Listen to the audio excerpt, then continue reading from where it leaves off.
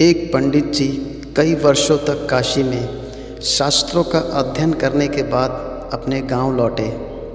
गांव के एक किसान ने उनसे पूछा, पंडित जी आप हमें यह बताइए कि पाप का गुरु कौन है। प्रश्न सुनकर पंडित जी चकरा गए, क्योंकि भौतिक व आध्यात्मिक गुरु तो होते हैं, लेकिन पाप का भी गुरु होता है, यह उनकी समझ और अध्ययन के बाहर था।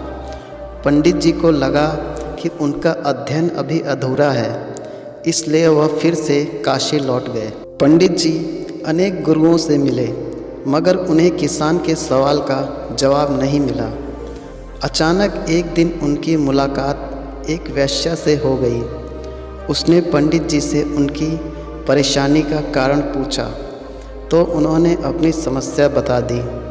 वेश्या बोली, पंडित जी इसका उत्तर तो बहुत आसान है, लेकिन इसके लिए आपको कुछ दिन मेरे पड़ोस में रहना पड़ेगा। पंडित जी के हाँ कहने पर उसने अपने पास ही उनके रहने की अलग से व्यवस्था कर दी। एक दिन वेश्या बोली, पंडित जी आपको बहुत तकलीफ़ होती है खाना बनाने में, यहाँ देखने वाला तो कोई है ही नहीं।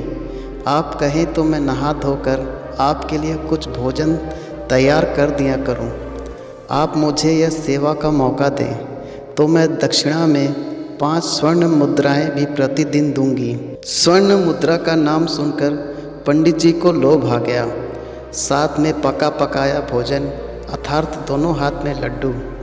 पंडित जी ने हामी भर दी और वेश्या से बोले, ठीक है तुम्हारी जैसी इच्छा, लेकिन इस बात का विशेष ध्यान रखना कि तुम्हें मेरी कोठी में कोई आते जाते न देखे। उस वेश्या ने पहले ही दिन कई प्रकार के पकवान बनाकर पंडित जी के सामने परोस दिए, पर ज्यों ही पंडित जी खाने को तत्पर हुए, त्यों ही वेश्या ने उनके सामने परोसी हुई थाली खींच ली।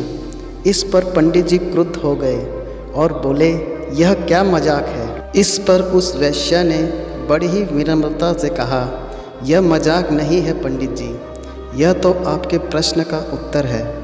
यहाँ आने से पहले आप भोजन तो दूर किसी के हाथ का पानी भी नहीं पीते थे, मगर स्वर्ण मुद्राओं के लोभ में आपने मेरे हाथ का बना खाना भी स्वीकार कर लिया। यह लोभ ही पाप का गुरु है।